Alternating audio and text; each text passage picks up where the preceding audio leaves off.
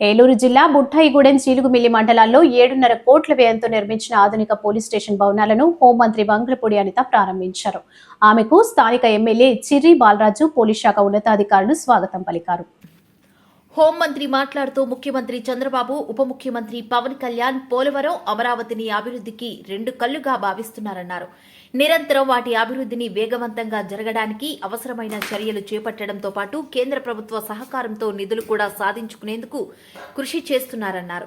రాష్ట్రంలో అభివృద్ధి వేగంగా సాగాలంటే శాంతి భద్రతల పరిరక్షణ అత్యంత ముఖ్యమైందని, పోలీసింగ్ వ్యవస్థ బలోపేతానికి అవసరమైన మౌలిక సదుపాయాలు కల్పించడమే ఈ భవనాల నిర్మాణ లక్ష్యమని చెప్పారు.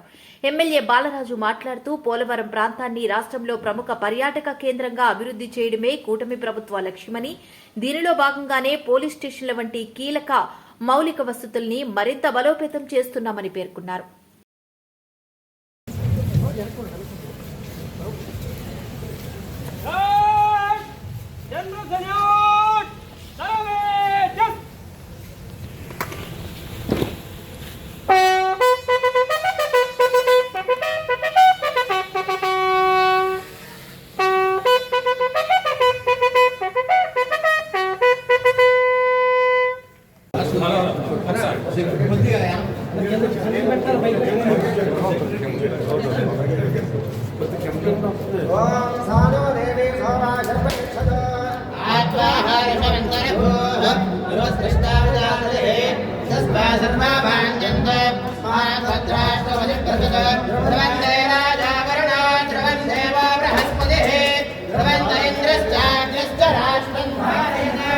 ఈరోజు పోలవరం నియోజకవర్గంలో గత 40-50 సంవత్సరాలుగా పోలీస్ స్టేషన్స్ ఎక్కడ కూడా సరైన సదుపాయం లేక చాలా ఇబ్బంది పడే పరిస్థితి ఏర్పడింది.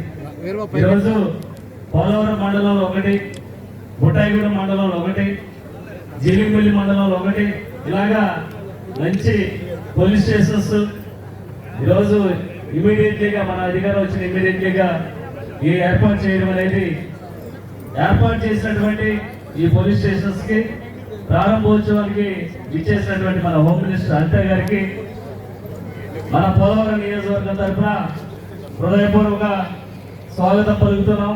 అలాగే చాలా సంతోషం, ఇలా పోలవరం నియోజకవర్గాన్ని డెవలప్మెంట్ చేయడానికి మీ వంతుగా మీరు ప్రభుత్వం నుంచి ప్రత్యేకమైన నిధులు మాకు కేటాయించడం, అలాగే ఈరోజు పోలీస్ స్టేషన్స్ కూడా వాహనాలు లేవని చెప్పడం జరిగింది.